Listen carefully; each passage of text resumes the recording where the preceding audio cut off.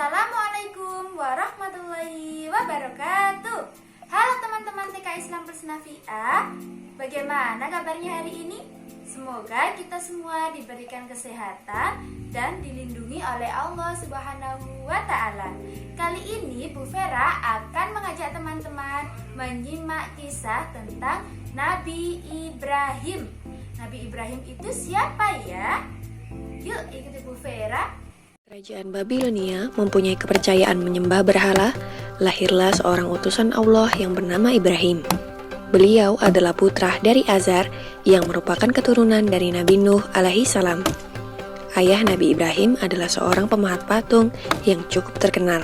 Saat masih kecil, Nabi Ibrahim membantu menjual patung-patung buatan ayahnya. Karena sering berkeliling menjual patung, Nabi Ibrahim pun bertanya-tanya, "Wahai ayahku, apakah engkau percaya bahwa semua patung yang dibuat ini adalah Tuhan yang pantas?" Namun ayah Nabi Ibrahim tidak mau menjawab dan tetap terus membuat berhala. Kejadian ini terdapat dalam surat Al-An'am ayat 74. Kerajaan Babilonia pada saat itu dipimpin seorang raja yang bernama Namrud bin Kan'an. Pemerintahan yang dijalankannya adalah kekuasaan mutlak yang membuatnya menjadi raja yang kejam. Apapun yang diperintahkannya harus ditaati dan dilaksanakan tanpa ada pertimbangan dari siapapun. Setelah dewasa, Nabi Ibrahim mulai menyebarkan ajaran Allah Subhanahu wa Ta'ala. Pada suatu hari, semua penduduk merayakan sebuah tradisi tahunan dengan pergi keluar kota untuk berburu. Nabi Ibrahim juga diajak oleh ayahnya. Namun kali ini Nabi Ibrahim menolak dengan alasan sakit. Nabi Ibrahim kemudian pergi untuk menghancurkan patung-patung berhala yang berada di tempat ibadah dengan menggunakan sebuah kapak. Semua patung-patung berhala itu dihancurkan tanpa ada yang tersisa kecuali patung yang paling besar. Nabi Ibrahim lalu meletakkan kapaknya di depan patung tersebut.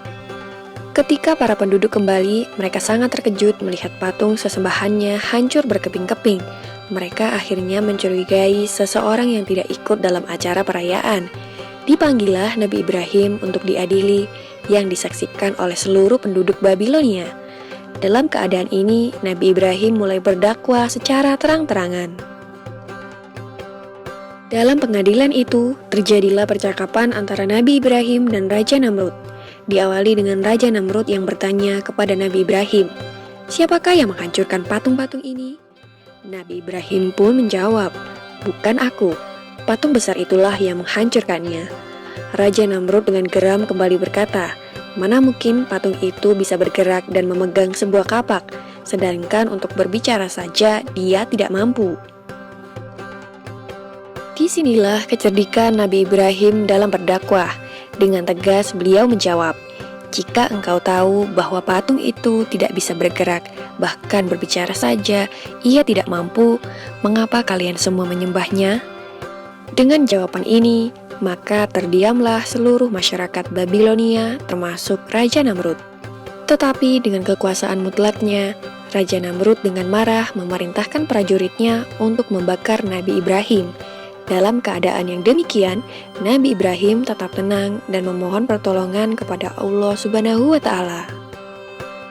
Sebuah tiang yang kuat didirikan sebagai tempat Nabi Ibrahim diikat dan dibakar. Setelah kayu sudah siap mengelilingi Nabi Ibrahim, disulutlah kayu itu dengan api atas perintah Raja Namrud. Api itu dengan cepat mulai membesar. Masyarakat Babilonia pun mulai bersukaria melihat Nabi Ibrahim dilahap api.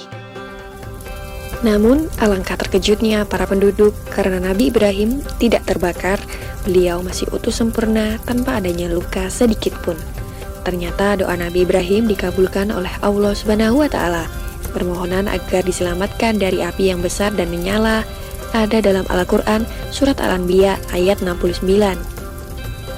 Maka selamatlah Nabi Ibrahim dari kobaran api yang amat besar, sehingga penduduk menjadi takjub terhadap mukjizat Nabi Ibrahim. Mereka kemudian mulai mengikuti ajaran Nabi Ibrahim dan hanya menyembah Allah Subhanahu wa Ta'ala. Demikianlah kisah Nabi Ibrahim alaihissalam yang tidak luka sedikit pun meskipun dibakar api. Semoga kisah ini dapat mempertebal iman kita untuk percaya terhadap kebesaran Allah. Amin ya rabbal alamin. Nah, teman-teman, itu tadi adalah kisah Nabi Ibrahim. Teman-teman sudah tahu kan apa hikmah dari kisah Nabi Ibrahim?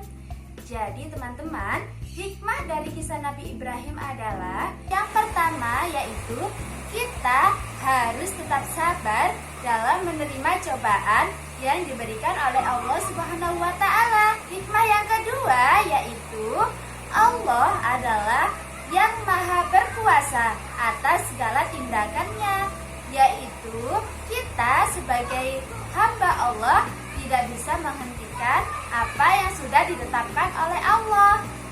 Hikmah yang ketiga yaitu teman-teman, kita harus yakin dengan pilihan yang terbaik yang diberikan oleh Allah. Nah, itu tadi adalah hikmah kisah Nabi Ibrahim. Teman-teman harus diingat bahwa api itu berbahaya. Jadi